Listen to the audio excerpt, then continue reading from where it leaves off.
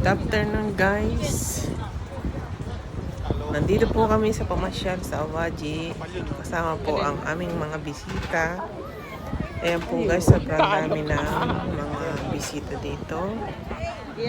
Mga taga-ibang bansa. Napakatangkad Mga mo ibang kasi. dahi. Huwag mo ibaba ang... Ayan, makakakita tayo ng iba't ibang lahi dito sa Japan.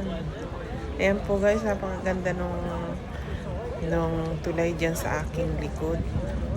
Meron pang aso. Kasi makaramihan po guys dito ay namamasyal sila kasama ang kanilang mga pets. At saka yung kanilang mga kamag-anak. Ayan, galing po sila sa ibang bansa.